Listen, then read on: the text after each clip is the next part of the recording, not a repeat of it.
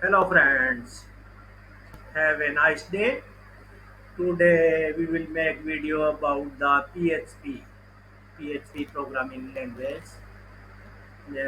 PHP programming language जो है एक प्रोग्रामर ने डेवलप की थी 1995 जिसका नाम था Rasmus Lerdorf. And PHP is a hypertext preprocessor language है। ये एक सर्वर पर एग्जीक्यूट होने वाली लैंग्वेज है। इसका जो भी कोड है, कमांड अपने जो भी लिखेंगे, प्रोग्राम लिखेंगे या फंक्शन जो भी लिखेंगे वो सर्वर के ऊपर एग्जीक्यूट होगा। तो PHP a server scripting language and a powerful tool for making a dynamic and interactive application. इसके थ्रू अपने डायनामिक एप्लीकेशन क्रिएट कर सकते हैं with the using of the backend in the database as well as the using the programs and functions. तो इस तरह से इसके PHP का वाइडली यूज होता है। इसके PHP के अंदर बहुत सारे CMS बने हुए हैं जो कि एक तरह से अपने आप में फ्रेमवर्क है। इसी तरह से PHP के फ्रेमवर्क भी हैं जो कि एक स्ट्रक्चर डिजाइन किया हुआ है। जैसे वर्डप्रेस एक CMS कंटेंट मैनेजमेंट सिस्टम है एक, जो यानी कि जिसके अंदर अपने को कंटेंट मैनेज करना पड़ता है, यानी कि उसके अंदर प्रोग्रामिंग स्किल्स की बहुत ज़्यादा ज़रूरत नहीं पड़ती। अगर आपको PHP अंडरस्टैंडिंग अच्छी तरह से आ गई है तो आगे जाके एडवांस में आपको ज़्यादा कोडिंग नहीं करनी पड़े। इसके लिए ये CMS डेवलप किए गए हैं, कंटेंट मैनेजमेंट सिस्टम। और PHP फ्रेमवर्क जो है as a intranet application design करने के लिए यूज किया गया है, जिसमें अपने बहुत से इनबिल्ट लाइब्रेरीज होती है जिनका अपने यूज करते हैं। तो सबसे पहले अपने PHP के ऊपर डिस्कस करते हैं, उसके बाद PHP CMS के ऊपर डिस्कस करेंगे, फिर PHP फ्रेमवर्क्स के ऊपर अपने डिस्कस करेंगे।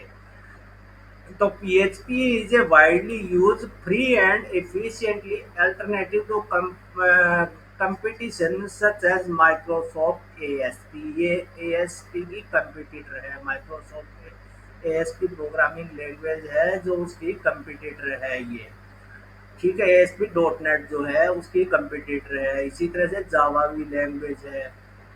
जावा तो बहुत ज़्यादा एडवांस है, बहुत बड़ी लैंग्वेज है जावा। जावा के अंदर तो बहुत मोबाइल एप्लीकेशन जितने भी बनती है, मोबाइल एंड्रॉयड एप्लीकेशन, वो सब जावा के अंदर बना हुआ है। PHP के अंदर सिर्फ वेब डेवलपमेंट ही, एप्लीकेशन वेबसाइट ही वगैरह ही बनती है। तो मोस्टली यूज वेब डेवलपमेंट के लिए ही यूज होती है।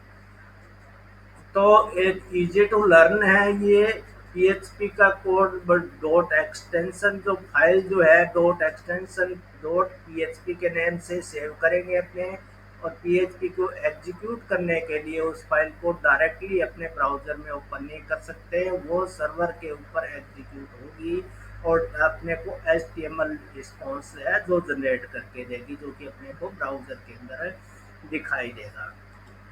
ठीक है, तो इसका सिंटैक्स जो जैसे अपने लेते हैं, इसका सिंटैक्स जो है ब्रैकेट से स्टार्ट होता है, क्वेश्चन मार्क PHP, और एंड जो होता है इसका क्वेश्चन मार्क और एंगुलर ब्रैकेट से इसको क्लोज करते हैं। इसके अंदर अपने PHP स्क्रिप्ट लिखते हैं। ठीक है, left angular and right angular bracket से इसको क्लोज, ओपन और क्लोज करते हैं। तो इसका सिंटैक्स होता है, इसके अंदर वेरिएबल्स होते हैं जिनका अपने यूज करते हैं। जैसे मैथमेटिकल वेरिएबल्स के लिए मैथमेटिकल ऑपरेशन परफॉर्म करना है, या कुछ भी ऑपरेशन हुआ उसमें वैल्यू डालनी है, कोई स्ट्रिंग डालनी है, जिस तरह की भी वैल्यू डालनी है उसके लिए अपने वेरिएबल्स का इसमें डिफाइन करते हैं। तो इसके अंदर वेरिएबल का स्कोप अपने को डिफाइन नहीं करना पड़ता है। जैसे कि जैसे अपने कोई एरे वेरिएबल लेते हैं तो C और C++ के अंदर क्या है, वो पहले उसको डिफाइन करना पड़ता है कितने साइज का एरे लेना पड़ेगा। पर PHP के अंदर ये कोई जरूरी नहीं है, वो ऑटोमेटिक अपने आप ही लेता है जितनी भी उसके अंदर वैल्यू अपने डालेंगे। तो इसको प्रिंट जैसे सी प्लस के अंदर प्रिंट कमांड का यूज करते हैं, इसी तरह से इसमें अगर अपने को कोई HTML प्रिंट करवानी है या फिर कोई स्ट्रिंग प्रिंट करवानी है जो अपने को वेब ब्राउजर पर दिखाई दे, तो इको स्टेटमेंट या फिर प्रिंट स्टेटमेंट का यूज करते हैं। और प्रिंट अंडरस्कोर आर भी होता है जो कि एरे को प्रिंट करता है। इसके अंदर इसके बाद इसके आता है डेटा टाइप्स। डेटा टाइप्स जो यूज होते हैं, जैसे कि इसके अंदर डेटा टाइप्स हो गए, फॉर एग्जांपल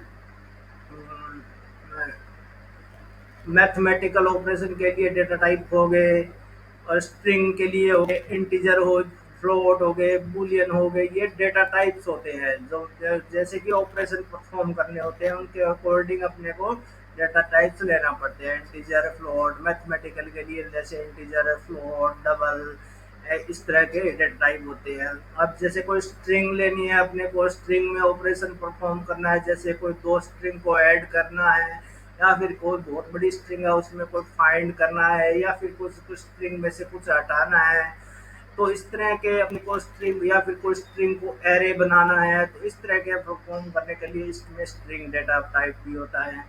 एरे भी एक डेटा टाइप है। तो ठीक है, ऑब्जेक्ट है वो भी एक डेटा टाइप है। ऑब्जेक्ट जो है क्लासेस के लिए यूज होते हैं। जब अपने क्लास क्रिएट करते हैं तो उसका एक ऑब्जेक्ट क्रिएट करते हैं उस क्लास के फंक्शन को यूज करने के। जितने भी उस क्लास में फंक्शंस है उनको यूज करने के लिए अपने एक ऑब्जेक्ट क्रिएट करते हैं, तो उस ऑब्जेक्ट के थ्रू ही उन फंक्शन को कॉल किया जाता है और वापिस में वो फंक्शन अपने को वैल्यू रिटर्न करता है अकॉर्डिंग टू द ऑपरेशन।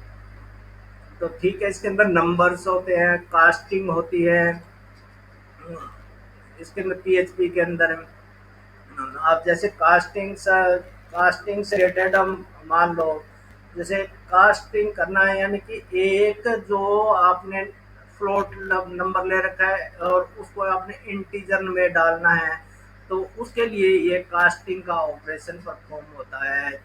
जैसे डेटा टाइप को दूसरे डेटा टाइप में कन्वर्ट करने को कास्टिंग कहते हैं। जैसे string, integer, float, Boolean, array, जितने भी प्रकार के डेटा टाइप है इनको एक दूसरे में कन्वर्ट करने के लिए अपने कास्टिंग का यूज करते हैं।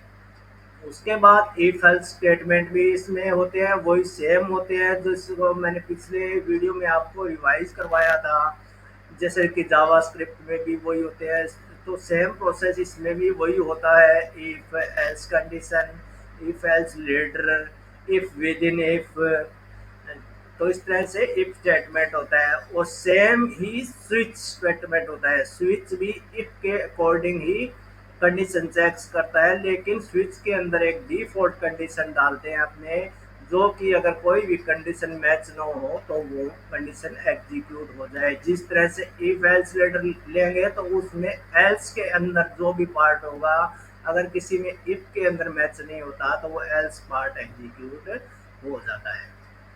इस तरह से इसके अंदर लूपिंग आ गई। लूपिंग वही होती है for loop, while loop, do while loop. For loop के अंदर क्या है, वेरिएबल स्टार्टिंग में इनिशियलाइज होता है, उसके बाद कंडीशन चेक होती है, फिर उसके अंदर जो स्टेटमेंट लिखे रहते हैं वो उसके अंदर एग्जीक्यूट होते हैं, और फिर इंक्रीमेंट या डिक्रीमेंट जो भी आपने ऑपरेशन लगाया है वो ऑपरेशन परफॉर्म होता है। तो जितनी बार आपने लूप रिपीट करवाना है उसके अकॉर्डिंग लूप रिपीट होता है। वाइल और डू वाइल लूप में क्या फर्क होता है? वाइल लूप में तो एक बार स्टार्टिंग में सबसे पहले स्टेटमेंट एग्जीक्यूट होगा। डू वाइल लूप में, डू वाइल लूप के अंदर क्या होगा, एक बार स्टेटमेंट स्टार्टिंग में एग्जीक्यूट होगा और फिर कंडीशन चेक होगी। और वाइल लूप होगा वो पहले कंडीशन चेक करेगा, अगर कंडीशन है उसको फॉलो कर रही है तभी स्टेटमेंट एग्जीक्यूट करेगा, अदरवाइज नहीं करेगा। लेकिन डू वाइल लूप के अंदर एक बार तो एग्जीक्यूट करेगा ही करेगा, चाहे आपने कंडीशन फॉल्स डाल दी हो तो भी। इसके बाद इस कांस्टेंट वेरिएबल होते हैं। कांस्टेंट वेरिएबल वो वेरिएबल होते हैं जिनकी वैल्यू अपने चेंज नहीं करते, अपने फिक्स वैल्यू कोई वेरिएबल लेते हैं तो उनको कांस्टेंट वेरिएबल कहते हैं। फंक्शंस आपको मैंने बता ही दिया। फंक्शंस होते हैं इसमें कंस्ट्रक्टर, डिस्ट्रक्टर, फंक्शन डीपली में जाओगे तो बहुत होते हैं। कंस्ट्रक्टर उनको कहते हैं जिनका नेम और क्लास नेम सेम होता है, उनको कंस्ट्रक्टर कंस्ट्रक्टर कहते हैं। कंस्ट्रक्टर भी एक मल्टीपल टाइप के हो सकते हैं, जैसे कि जिनमें अपने कितने टाइप की वैल्यू वेरिएबल पास कर रहे हैं। फंक्शन के अंदर दो वेरिएबल पास कर रहे हैं या चार वेरिएबल पास कर रहे हैं, तो अलग अलग सेम नेम के फंक्शन आप ले सकते हैं, बट उनमें डिफरेंट टाइप के वेरिएबल हों। ये नहीं कि मैंने फंक्शन नेम तो एक ले लिया और वेरिएबल उसमें पास कर रहा हूँ, ए उसी में पास कर रहा हूँ, ए उसी में पास कर रहा हूँ, तो ये रॉन्ग होगा। अगर वेरिएबल फंक्शन मैंने ए लिया है और ए के अंदर ए वेरिएबल लिया है, तो दूसरा मैं अगर फंक्शन ए लेता हूँ तो उसके अंदर ए और एक वेरिएबल दूसरा भी उसमें लूंगा, तब वो सेम नेम के फंक्शन एग्जीक्यूट होंगे, अदरवाइज आपको एरर आ जाएगी। इसके बाद तो इसमें जैसे फाइल हैंडलिंग आ गया, इसके अंदर फाइल हैंडलिंग के भी ऑपरेशन होता है, जैसे फाइल को रीड करना, राइट करना, किसी भी फाइल को टेक्स्ट फाइल क्रिएट करते हैं या फिर फाइल को अपलोड करते हैं कोई इमेज, जैसे फोरम के अंदर अपने फाइल अपलोड लगाना है, जैसे कोई किसी का रिज्यूम अपलोड करवाना है तो फाइल को अपलोड करके भी एक जगह से दूसरी जगह ट्रांसफर कर सकते हैं, और किसी फाइल को रीड भी कर सकते हैं और राइट भी कर सकते हैं। ये मैंने आपको स्टार्टिंग में बताया था जब मैंने आपको डेटाबेस का कंसेप्ट समझाया था, कि सबसे पहले जब माई एसक्यूएल और एसक्यूएल का निर्माण नहीं हुआ था, तब सारे डेटा है जो वो फाइल्स में लिखे जाते थे। उन्हीं फाइल के द्वारा ही डेटा रीड किया जाता था, उन्हीं प्रोग्रामर के द्वारा प्रोग्राम लिखे जाते थे। अगर प्रोग्रामर एक स्किप कर जाता, मान लो छोड़ जाता, या फिर किसी मान लो बैंक का ऑपरेशन है, कोई नई फंक्शनलिटी डालनी होती, तो उसको प्रोग्रामर को दोबारा से सारा प्रोग्राम लिखना पड़ता था, ये बहुत ज़्यादा डिफिकल्ट हो जाता था। इसके बाद इसका जब माई एसक्यूएल और एसक्यूएल का निर्माण हुआ, जो डेटाबेस का निर्माण हुआ, तो ये ऑपरेशन करने बहुत ही आसान हो गए।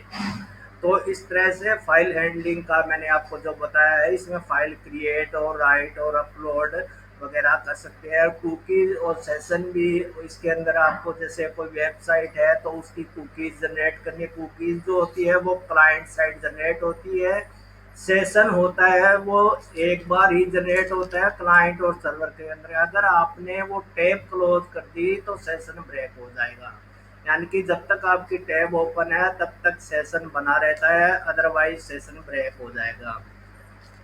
इसके बाद ऊप्स कंस्ट्रक्टर वो मैंने बता ही दी आपको, क्लासेस का बड़ा बड़ा थोड़ा बता ही दिया। एब्स्ट्रैक्ट क्लासेस होती है, इंटरफेस होते हैं। इंटरफेस क्या होते हैं, जैसे एक फाइल में मैंने क्लासेज बना रखी है, दूसरी फाइल में क्लासेज बना रखी है, तो उनका नेम स्पेस यूज करके उनको इनहेरिट कर सकते हैं उनकी प्रॉपर्टी को। तो इस तरह से इसमें स्टैटिक मेथड्स भी यूज होते हैं।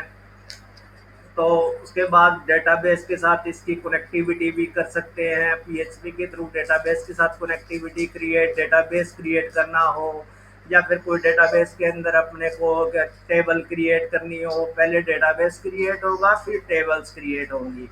अब टेबल के अंदर क्या आपने कोई इंसर्ट करना है या अपडेट करना है या कोई डिलीट करना है, तो सभी ऑपरेशन अपने इस पीएचपी के अंदर परफॉर्म कर सकते हैं। और इसके अंदर माईएसक्यूएल के अंदर आप डीपली में जाओगे तो वहाँ पर भी डेटा को सिलेक्ट करने के अकॉर्डिंग टू कंडीशन अपने क्वेरी जनरेट कर सकते हैं। इसके बाद एक्सएमएल, एक्सएमएल क्या होती है, पीएचपी के द्वारा अपने एक्सएमएल को क्रिएट भी कर सकते हैं। अगर कोई एक्सएमएल सर्विस प्रोवाइड करवाता है तो अपनी उसकी सर्विस को यूज भी कर सकते हैं। एक्सएमएल का यूज तब करते हैं जब अपने कोई सर्विस यानी कि डेटा किसी दूसरी साइट को देना चाहते हैं, जो अपना डेटा लेना चाहता है, कोई पर्टिकुलर डेटा दूसरी साइट को एक्सेस करने के लिए देना चाहते हैं, तो उसके लिए अपने एक्सएमएल का यूज ज़्यादा किया जाता है, ताकि एपीआई बनाने के लिए ज़्यादातर एक्सएमएल का यूज होता है। इस तरह से ये बड़ा बड़ा ब्रीफ डिस्क्रिप्शन था अबाउट द पीएचपी। और नेक्स्ट लेक्चर में मैं आपसे फिर मिलूंगा विद एक न्यू सीएमएस के साथ, और वर्डप्रेस के ऊपर डिस्कस करेंगे अपने वर्डप्रेस क्या चीज़ है, और पीएचपी से वर्डप्रेस पर कैसे जंप करना है, और वर्डप्रेस में आपको क्या सीखना चाहिए और क्या यानी कि आना चाहिए स्टार्टिंग के अंदर वर्डप्रेस के ऊपर डीपली डिस्कस करेंगे अपने। Thanks for watching this video, have a nice day. Like देते रहिए, हौसला बढ़ाता रहिए, और मैं वीडियो लॉन्च करता रहूँगा। अभी तो मैं बड़े बड़े यानी कि ऊपर से मोटा मोटा आपको बता रहा हूँ, फिर मैं स्टार्टिंग से दोबारा से वीडियो अपने करेंगे, जिसके ऊपर प्रोग्रामिंग लर्निंग से स्टार्ट करेंगे स्टेप बाय स्टेप।